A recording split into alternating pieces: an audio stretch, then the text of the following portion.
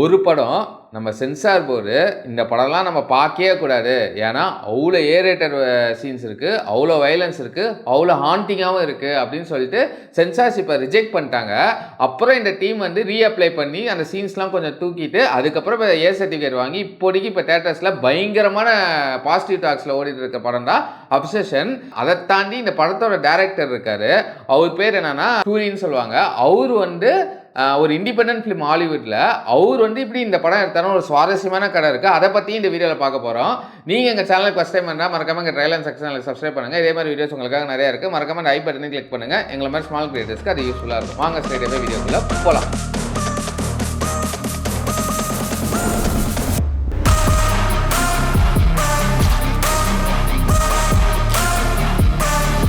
இந்த வீடியோவில் நம்ம செக்மெண்ட்டாக பார்க்க போகிறோம். ஃபஸ்ட்டு இந்த படத்தை பற்றி பார்க்கறதுக்கு முன்னாடி இந்த டேரக்டர் பற்றி பார்ப்போம். அது ஒரு ரொம்ப இன்ட்ரெஸ்டிங்கான ஸ்டோரி. அதனால தான் நான் இந்த பெரிய வீடியோ மேக் பண்ணே எனக்கு ஒரு ஆசை இருக்குது. இந்த அப்சஷன் சொல்கிற படம் வந்து இது ஒரு 2வது படம். இவர் வந்து ஒரு யூடியூபர். ஆக்சுவலாக நம்மள மாதிரி ஒரு ஸ்மால் டைம் யூடியூபர் தான் சொல்ல முடியும். அதுக்கப்புறம் என்னென்னா அந்த யூடியூப் சேனலுக்கு அப்புறம் ஷார்ட் ஃபிலிம்ஸ் மேக் பண்ண ஆரம்பிச்சிட்டாரு. அப்படி ஆரம்பித்து அப்புறம் ஒரு படம் எடுத்தார். ஃபஸ்ட்டு படம் அது என்னென்னா மில்க் அண்ட் சீரியல்னு ஒரு படம். அதை எடுத்துட்டாரு. பட் அவருக்கு வந்து டிஸ்ட்ரிபியூஷன்லாம் எதுவும் கிடைக்கல. ஏன்னா இண்டிபெண்டன்ட் தான், ரொம்ப மினிமல் பட்ஜெட் தான் பண்ணாரு. அதுக்கப்புறம் என்ன பண்ணானா ஒரு யூடியூப் சேனல்ல இந்த படத்தை ரிலீஸ் பண்ணிட்டாரு, போங்கடா அப்படின்னு சொல்லிட்டு. அதுக்கப்புறம் 2ஆடா ஒரு படம் எடுத்துறா இந்த அப்சஷன். இந்த படமே 10 கோடி ரூபாய் செலவு பண்ணி எடுத்திருக்காங்க. இந்த 10 கோடி ரூபாய் இப்போ நம்ம தமிழ் சினிமாலே படம் பண்ண முடியாது, அந்த அளவு தான் இருக்கு. இவரு அந்த 10 கோடி ரூபாய் பட்ஜெட்டை வச்சு ஹாலிவுட் படம் பண்ணியிருக்காரு. அப்போ எவ்வளோ ஒர்க் இருக்கும் அப்படின்னு தான் இருக்கும். படம் எடுத்து முடிச்சிட்டாரு, எல்லாமே பண்ணிட்டாரு. ரிலீஸ் பண்ணலான்னு பார்த்தா அவருக்கான டிஸ்ட்ரிபியூட்டர் எங்கேயுமே கிடைக்கல.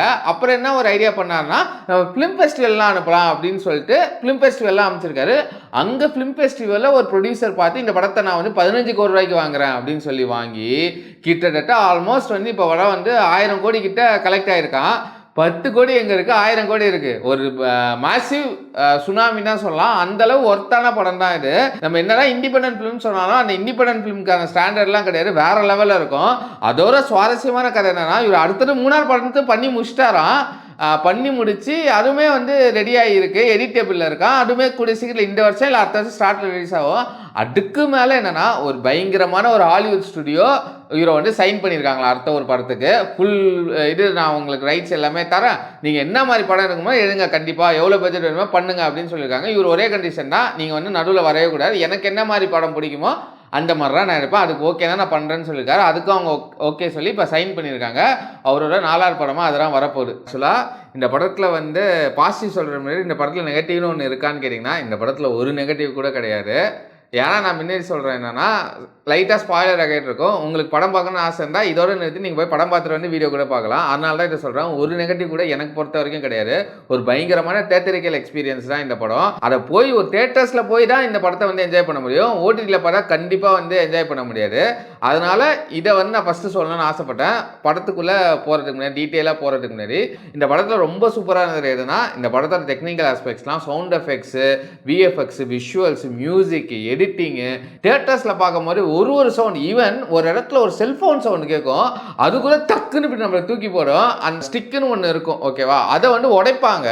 அது உடைக்கும் போது ஒரு இது வரும், அது கூட பயங்கரமாக இருக்கும். அப்படி தான் இந்த படம் எடுத்திருக்காங்க. ஒரு சின்ன மைன்யூட் இன்ஃபர்மேஷன் கூட இதை சூப்பராக வந்து கவர் பண்ணியிருக்காங்க. அதை தாண்டி இந்த படத்தில் என்னடா ஹாரர் படம்னு சொன்னாலுமே நம்ம இது வரைக்கும் பார்க்குற ஹாரர் படத்துலேருந்து சற்றும் மாறுபட்ட ஒரு படமாக தான் நான் பார்க்குறேன். இது ஹாரர் படம் கூட சொல்ல முடியாது.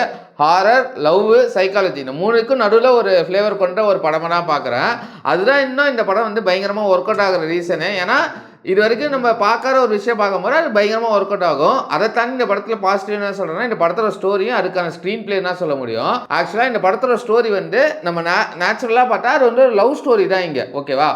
ஒரு ஆள் இருக்கான், அவனுக்கு ஒரு பொண்ணு மேலே ஆசை இருக்குது, அவனுக்கு ஒரு விஷயம் இருக்குது. அந்த விஷயால என்னன்னா அந்த பொண்ணு வந்து இவனை லவ் பண்ணணுன்னு, அதுக்கு ஒரு ஸ்டிக் இருக்குது, அந்த ஸ்டிக்கை உடைச்சா அந்த விஷ் ஃபுல்ஃபில் ஆகும் அப்படின்னு இருக்கும்போது அதை உடைக்கிறான். அதுக்கப்புறம் படத்தில் என்ன நடக்குது அதெல்லாம் இந்த படத்தோட ஸ்லாட்டு. லைக் இது வந்து நீங்கள் பார்த்தீங்கன்னா லவ் ஸ்டோரி தான், பட் இதில் ஒரு ஹாரர் எலமெண்ட்டா அப்படின்னு கேட்டிங்கன்னா இந்த பொண்ணு பேயா மாறுறா அப்படின்னு கேட்டிங்கன்னா அப்படிலாம் எதுவும் மாறாது.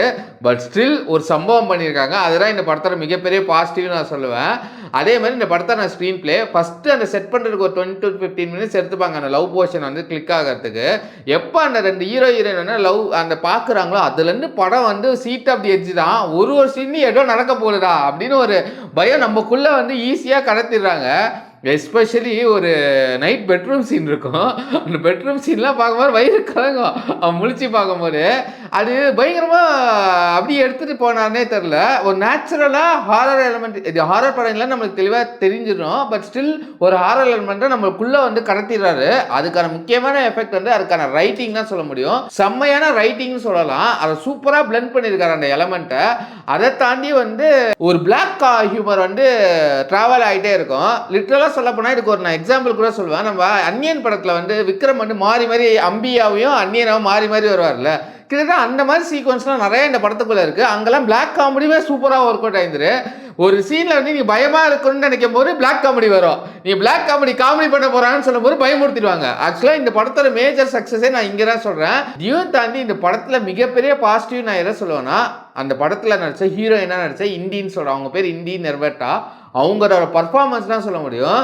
லிட்ரலி இந்த வருஷத்தில் அவங்க ஆஸ்கார் வின் பண்ணால் அவங்களுக்கு தான் எல்லா அவார்டும் கொடுத்துடணும். ஆஸ்கார் மட்டும் இல்லை, இருக்கிற எல்லா அவார்டும் கொடுத்துடணும். அந்த அளவு பயங்கரமான ஒரு பர்ஃபார்மன்ஸ். நம்மளுக்கு அந்த எலமெண்ட் வந்து நம்ம இமர்சிவ் ஃபீல் கொடுக்குற டெக்னாலஜி இருந்தாலுமே இவங்களோட பர்ஃபார்மன்ஸ்னால் மிரட்டி விட்டாங்க. நான் ரீசெண்டாக ஒரு ஆக்டர் இந்த அளவு பயங்கரமாக பர்ஃபார்ம் பண்ணி நான் பார்த்ததே இல்லைன்னு தான் சொல்ல முடியும்.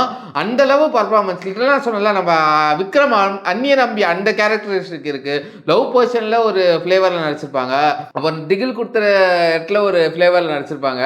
நிறைய வேரியிங் ஆஃப் எமோஷன்ஸ், எல்லா எமோஷன்ஸ்லையும் சூப்பராக இருப்பாங்க. டிஸ்கஸ்டிங்காக சில சீன்ஸ் இருக்கும். அந்த டிஸ்கஸ்டிங் சீன்ஸுமே பயங்கரமாக பண்ணியிருப்பாங்க. அவங்களோட பர்ஃபார்மன்ஸ்லாம் இந்த படம் வந்து எப்படின்னா 100 மீட்டரில் லைக் 100ல் இருக்குன்னா இவங்களோட பர்ஃபார்மன்ஸ் அந்த படத்தை போய் 1000க்கு போய் எலிவேட் பண்ணுறது இவங்களோட பர்ஃபார்மன்ஸ்லாம் அந்த அளவு பர்ஃபார்ம் பண்ணியிருக்காங்க. அதையும் சற்றும் தாமதம் இல்லாமல் மைக்கேல்னு சொல்கிற நம்ம ஹீரோ, அவர் வந்து பேர்னு ஒரு கேரக்டர், அவருமே நல்லா சூப்பராக பர்ஃபார்ம் பண்ணியிருக்காங்க. சப்போர்ட்டிங் ஆக்டர் 4-5 பேர் தான் இருக்காங்க, அவங்களுமே எல்லாமே பர்ஃபெக்டாக பண்ணிட்டாங்க. அதை தாண்டி இந்த படத்தில் மிகப்பெரிய பாசிட்டிவ் நான் ஃபீல் பண்ணுறது என்னன்னா, இந்த படத்துக்கு சில ஓப்பன் எண்டிங்ஸ் விஷயங்கள் இருக்குது. ரொம்ப ஸ்பூன் ஃபீட் பண்ணல, அது எனக்கு ரொம்ப பிடிச்சிருக்கு. ரொம்ப இன்டெலிஜென்ட்டாக இருக்குது, ஆடியன்ஸ் இன்டெலிஜென்ட்டாக ட்ரீட் பண்ண நினைக்கிறாங்க. முக்கியமாக அந்த கிளைமேக்ஸில் ஒரு விஷயம் இருக்குது. அந்த கிளைமேக்ஸில் ஒரு விஷயம் வந்து சில பேருக்கு வந்து ஆன் அண்ட் ஆஃப் தான் இருக்குது. நான் படம் முடிச்சுட்டு வரும்போது கூட 2-3 பேர் ஏன் அப்படி பண்ணுறாங்க அப்படின்னு கேட்கும்போது நான் அவங்களுக்கு எக்ஸ்பிளனேஷன் சொல்கிறேன். ஓ அப்படியான்னு கேட்கும்போது ஓகே, நம்ம ரொம்பவும் உள்ளே போகாமல் ரொம்ப பேஸ் லெவலும் போகாமல் ரொம்ப இன்டெலிஜென்ட்டாக போக அந்த மிட் லெவலில் சூப்பராக பண்ணாங்க. அது எனக்கு ரொம்ப பிடிச்சிருந்தது. அந்த டேரக்டர் வந்து என்னதான் ஹாரர் படம் எடுத்தாலுமே அதுக்கு ஒரு ஸ்டாண்டர்ட்னு ஒரு ஃபிக்ஸ் பண்ணி அவர் சூப்பராக பண்ணிட்டாரு. ஒரு பயங்கரமான எக்ஸ்பீரியன்ஸ் தான். நான் தேட்டரில் பார்க்கும்போது நான் ஒரு பிவிஆர்லாம் பார்த்தேன். இந்த சில சீன்லாம் தேட்டர்ஸ் அப்படியே கட்டுறாங்க திரும்ப பயட்லாரெலாம் நல்லா இருந்துட்டு பார்க்கும்போது அது தேட்டரில் கிடைச்சா மட்டும்தான் இந்த இம்பேக்ட் கிடைக்கும். ஓடிடியில் பார்க்கும்போது இந்த இம்பேக்ட் கிடைக்கவே கிடைக்காது. அதனால் கண்டிப்பாக போய் தேட்டரில் போய் பார்த்தே தீர வேண்டிய படம் தான் நான் சொல்ல முடியும். அதே மாதிரி அடுத்த நான் ஒரு விஷயம் சொல்லியிருந்தேன், ஏன் சென்சார் போர்டு வந்து இந்த படத்துக்கு வந்து சர்டிஃபிகேட் கொடுக்கல நம்ம ஸ்டார்ட்லேயே சொன்னேன். இந்த வீடியோட கடைசி எபிசோட் கூட இதுதான் நான் சொல்ல முடியும். என்ன ஏன் கொடுக்கலன்னா, நிறையா கண்டென்ட் இருக்குது, அடல்ட் சீன்ஸுமே இருக்குது, ஹாரர் எலமெண்ட் இருக்குது, ரத்தம் தெரிக்க சீன்ஸ் இருக்குது, டிஸ்கஸ்டிங் சீன்ஸ் இருக்குது. அதனால தான் சென்சார் போர்டு வந்து இந்த படத்துக்கு கொடுக்க முடியாதுப்பா அப்படின்னு சொல்லிட்டு நிறைய சீன் கட் பண்ணிட்டாங்க. அதுவும் பர்டிகுலராக ஒரு இம்பார்ட்டண்டான 38 செகண்ட் சீக்வன்ஸ் வந்து கட் பண்ணிட்டாங்க. அந்த டீமே சொல்லிட்டாங்க. யூனிவர்சல் ஸ்டுடியோ ரொம்ப டிசப்பாயின்மெண்ட் தான் சென்சார் போர்டை பொறுத்த வரைக்கும். அது ரொம்ப முக்கியமான சீன் போல். அவங்க என்ன சொன்னாங்க, அதெல்லாம் கூட ஓகே, எனக்கு அந்த 38 செகண்ட் வேணும் அப்படின்னு சொல்லும்போது இல்லை வைக்கவே முடியாதுன்னு சொன்னாங்க. அதுதான் இங்கே வந்து ஒரு மிகப்பெரிய இம்பாக்டாக இருக்குது. என்னை பொறுத்த வரைக்கும் நீங்கள் ஏ சர்டிஃபிகேட் கொடுத்துட்டீங்க. நீங்கள் என்ன இந்தியன் ஆடியன்ஸ் என்ன சொல்லியிருக்காங்க, Indian audience are not mature enough to see this kind of scene in a large audience pool. ஓகேவா? அப்போ சென்சார் படே நம்மளை வந்து இல் ட்ரீட் பண்ணுற மாதிரி எனக்கு ஒரு ஃபீல் இருக்குது. அப்படிலாம் கிடையாது. ஏ சர்டிஃபிகேட் கொடுத்துட்டீங்களா, கொடுத்தா அந்த படத்தை கோர் வேல்யூ இருக்குன்னா அது வந்து என்றைக்குமே அடல்ட் சீனா மாறாது, அது வேறு விதமாக கன்வே ஆகும். ஆடியன்ஸ்லாம் ரொம்ப மெச்சூர் ஆகிட்டாங்க. பட் சென்சார் போர்டாக மெச்சூர் ஆகலைன்னு எனக்கு ஒரு ஃபீல் இருக்குது இந்த இடத்துல. ஒரு ஏ சர்டிஃபிகேட் கொடுக்கும்போது எதுக்கு ரெஸ்ட்ரிக்ஷன் கொடுக்குறதே? அதுக்கு தான் 18+ பார்த்தா போடுன்னா வாங்குறாங்க அந்த டீம். அதில் நீங்கள் ரெஸ்ட்ரிக்ட் பண்ணுறீங்கன்னா அதில் என்ன நியாயம் இருக்குன்னு எனக்கு தெரியல. அதுவும் முக்கியமான சீன் சொல்கிறாங்க, அந்த கோர் பிளாட்னு இருக்காங்க, அவன் ஓடிடியில் என்னென்ன கருமத்தே பார்த்துட்டு இருக்கான், அதெல்லாம் உங்களுக்கு தெரியாதா? அதில் பார்க்காத தேட்டரில் பார்க்க போகிறா என்ன லார்ஜ் ஆடியன்ஸ்க்கு பூல் பண்ண என்ன பண்ணுறாங்க, அவ்வளோ இமேஜரான ஒரு ஸ்டேட்மெண்ட்டாக நான் பார்க்குறேன் இந்த இடத்துல. பட் இந்த படம் வந்து ஓடிடியில் கூடிய சீக்கிரத்தில் வந்துருமா, அன்கட் வெர்ஷன் தான் வரப்போகிறான், மேபி இன்னும் 3 வீக்ஸில் வந்துடும் சொல்கிறாங்க. பட் என்ன கேட்டிங்கன்னா, இது வந்து தேட்டரில் பார்த்தா மட்டும்தான் இந்த எஃபெக்ட் ஃபீல் ஆகும். நீங்கள் ஓடிடியில் பார்த்தாலும் அந்த ஸ்டோரி ஸ்க்ரீன் பிளே அதுக்காக பாராட்டுங்க. ஆனால் ஒரு இமர்சிவ் ஃபீல்னு இருக்கிறதுனா தேட்டர்ஸில் மட்டும்தான் கிடைக்கும். அதனால தான் என்னை பொறுத்த வரைக்கும் இந்த படம் வந்து ஒரு ஹைலி ரெக்கமெண்டட் படம். One of the best horror films made in world சினிமான்னு கூட சொல்லலாம். அந்த மாதிரியான ஒரு தரமான படம் தான். 10 கோடியில் இந்த மாதிரி படம் பண்ணுறதே ஆசையும். அதை சூப்பராக பண்ணிட்டாரு நம்ம டேரக்டர். பார்த்துட்டு அந்த படம் உங்களுக்கு எப்படி ஃபீல் ஆச்சுன்னு மறக்காம கமெண்ட் செக்ஷனில் கமெண்ட் பண்ணுங்கள். இதே மாதிரி மூவி ரெக்கமெண்டேஷனுக்கு மறக்காம எங்கள் சேனலுக்கு சப்ஸ்கிரைப் பண்ணுங்கள். இந்த வீடியோ பிடிச்சிருந்தா மறக்காம லைக் பண்ணுங்கள். உங்கள் ஃப்ரெண்ட்ஸ் அண்ட் ஃபேமிலிக்கு ஷேர் பண்ணுங்கள். அடுத்த வீடியோவில் பார்க்குற வரைக்கும் பாய்.